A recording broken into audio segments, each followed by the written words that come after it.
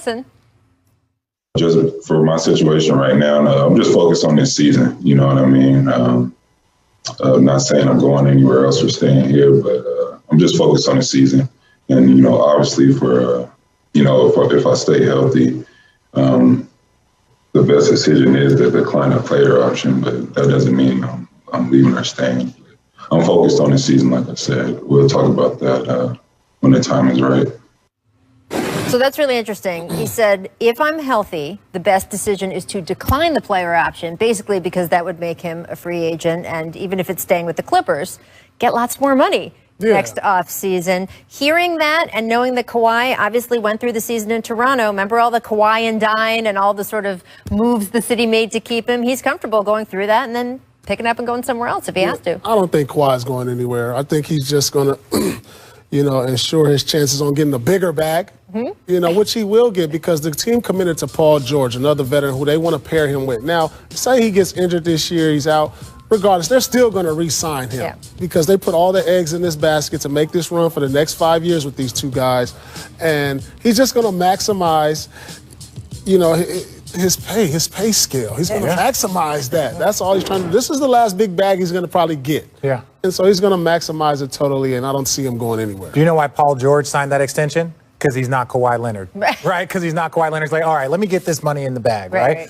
Kawhi could have signed his extension and could have done that. But Kawhi's like, look, I want to keep my options open because when you do this, you know what you do? You make the Clippers stare at you the whole time. What do you need? What do you want? Once you committed, it's like, all right, it's like you got that ring on your finger, like, all right, you're stuck with me. But now they're focused on getting him what they want. Now he knows that they're going to try and go and sign players or go over the cap, all the things necessary to be a champion. And so I think he did it as a strategic move. I don't know Kawhi. Don't nobody know what Kawhi is doing. But if he's healthy, he'll be a free agent. And look, if we look at that 2021 free agent class, Giannis is no longer on the board. And you had so many teams that were kind of saving some cap room just in case, right? So a bunch of guys got extended yesterday, even restricted free agents, not going to be on the board to the same degree. So Kawhi basically saying, hey, unless there's something I don't expect, I will be that top guy on the board. I'm sure there are a lot of teams that were saving room for someone else who might be like, well, we could at least try. We could at least throw money at him. And the Clippers, of course, as you say, Paul, will try as well to keep him. All right, a little bit more Clippers for you because on Sunday, Ty Lue said he plans to use Kawhi in more triangle offense sets in a similar way to the Kobe Bryant and Michael Jordan were used by Phil Jackson. Of course, Ty has personal experience there. Richard, those are lofty comparisons, but what would you expect Kawhi in a triangle to look like? Would you expect him to do well in that? Well, I think they're lofty comparisons, but I think at Kawhi's prime, when he's at his best, like I think you can compare him, right? I wouldn't say whole career, but I think it's more about how you allow players to score. And they have always said that the triangle offense isn't about the primary scorer. It's about guys around them getting a rhythm, getting a feel. And I think that was something that the Clippers lost. It was like, yeah, we can be Kawhi and we can be Paul, but it's like, where do the other guys fit in on there? So a lot of times when they're saying, oh, we're going to play him out of the triangle, that's to get other players their rhythm and system kind of feel. So when he says that about Kawhi, he's really talking about how to get Morris and Kennard and all of these other guys in a rhythm. Yeah, I think his game really fits the triangle offense because if you look at how he operates on the offensive end, he's great in those spaces at the elbow, at the mid-post where you get one or two dribbles and he goes into his mid-range shot.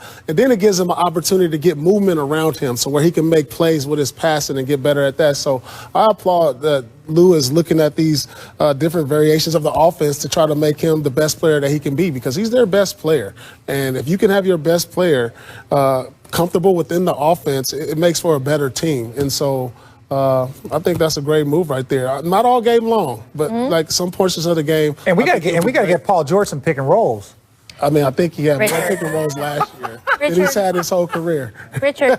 What? We can't joke here. I think Paul George would be great in the triangle also. Yeah. I mean, great slasher. He can post. There's one or two dribbles to the rim. I think that's awesome. All right, we got some late breaking news from producer Danny in my ear right now. He said that the Lakers have announced that they are going to wait until fans are back in the building to unveil their championship banner. So rings are scheduled to be given out tonight. I mean, they got 17 of them. We'll wait. I mean, they got 16. There's no rush. There's no rush. How about the rival Clippers? They also traded for Dennis Schroeder, acquired Marc Gasol. Richard, what do you think these additions bring to the defending champs? Okay, so the one issue with the Lakers, people talked about their bench and their second unit and could they score when Bron was out of the game. That's including with AD on the court. They weren't, their offensive efficiency wasn't that great. My thing is, it's very rare that the defending champions can win the offseason. But in order to win the offseason, in my opinion, guys like Montrez and Schroeder are going to have to make sacrifices. This isn't the Clippers. This isn't OKC. You have to fit into what they're doing and then excel while fitting in. So that'll be the one question for the Lakers as they repeat this year. Yeah, talent-wise, they got better. But when I look at those names they lost, you lost Rondo, who was a championship player. Yeah, he understood the moment.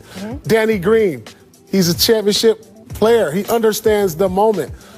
JaVale McGee, another champion. Player. And those type of experience, having that in your locker room is very valuable, more valuable than talent sometimes. And yeah, but now you got a room full of champions. Yeah, now you have a room full of championships. But, when it comes down to it, and you got these guys, they're going to be getting big minutes in the playoffs. Yeah. And when they get deep in the playoffs, I like those guys that got that type of experience, who understand the moment. But it's always good to have fresh energy, the guys who aren't bored with the moment, guys who are hungry for that now. First championship. So that's also a plus also to have these guys. Well, look, we usually see when a team wins a title, they end up somewhat overpaying some of their guys the next summer, right? Because everybody whose deal is up is like, well, hey, I was a big part of this. You got to pay me too, and that kind of thing. And no one wants to break up a championship team, and those contracts can sometimes end up weighing on that team as it tries to repeat or go forward. The Lakers took a different approach. They were like, enjoy the big payoff that you're going to get from having just won a ring somewhere else. Yeah. We will be stocking some new blood here. They just bullied the free agency. Yeah, they did. They were just like, come on. The Trez and like how you get and we don't even talk about Gasol. That's what I'm saying. Like the bench is a problem. Okay, well we're gonna go get the sixth man and the runner-up for the sixth man that are both 28 years old and a former defensive player of the year and a champion. Yeah, okay. Oh my gosh. Must be nice to be in LA, be a Laker, and have LeBron James. Here are a few games that the Lakers fans should binge watch this season. Tonight against the Clippers, big one. Christmas Day against the Mavericks. Two that, of course, immediately jump off the page. Paul, should the Lakers be on upset alert against Luka and the Mavs on Christmas? Lakers has got championship hangover. They're not even worried about this game like the Clippers are. If they lose, so what? It's another game. The Lakers is going to be there when it counts. Lakers Please believe that. They ain't worried about home court. They ain't worried about anything. No. They're worried about getting to game 60 healthy and intact, and then they'll worry about everything else. So no Kristaps Porzingis on Christmas Day. You know what? I'll change that. They're going to be up for this game. Yeah. There's going to be games like they're going to coast through the regular season, but the big games, the national games, they'll be up for this one. Yeah. LeBron versus Luka. I expect LeBron to put on fireworks. the show. He knows. That's must-see TV, by the way. Bron sees Luka, and it's just like, okay, like you're that guy. Like you're one of the people that I want to. Same with Zion, Tatum. He sees those guys and he's like, I'm going to continue sending a message every single time that we play against each other, just to let them know. When you went against MJ, as this is one of the young boys. Okay, I'm going to go at him every time because I know he's going to come at me. LeBron gave him a nice triple-double the last time he played. I remember. But Luka's given him triple doubles back too over the past few games. You got to get the win. No, I totally agree. It's just interesting to me because Luka clearly patterned so much of his game on the way LeBron plays. I mean, literally had him on his wall when he was growing up. We're reaching that point with players coming into the league. When idols become rivals. Exactly. And so it's so fun to me to see them go at each other because of the styles there. All right, spoiler alert time for the Lakers. They have the shortest odds to win an NBA title this season, according to Caesars William Hill. Not a surprise, Richard. Do you see the Lakers repeating as champions? What is your official call? I always say this. I always preface this with health. If the Lakers are healthy, they will be the champion.